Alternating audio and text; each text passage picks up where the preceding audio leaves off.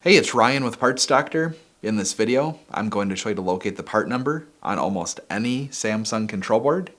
Let's get started.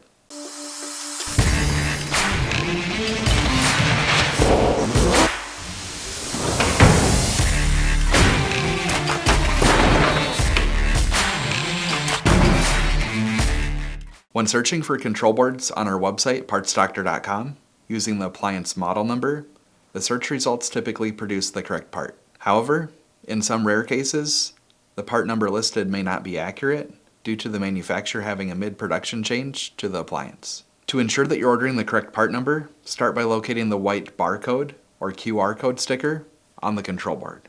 These are normally located on the front side of the board where the electrical connectors plug in, but on some, it may be located under the epoxy or on the side or back of the housing. If you locate a number printed directly on the board, do not use this number as it's not accurate. Once you locate the tag, Samsung circuit board part numbers are normally 10 digits in length. The part number normally starts with the letter D, followed by another letter, and 8 more characters.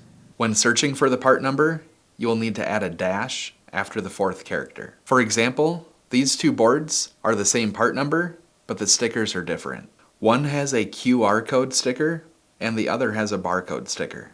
The part number on this board is DA41-00617A.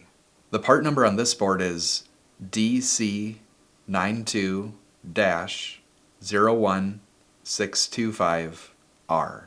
On this board, the part number is DE92-03019H. And finally, on this board, the part number is DC92-01531C.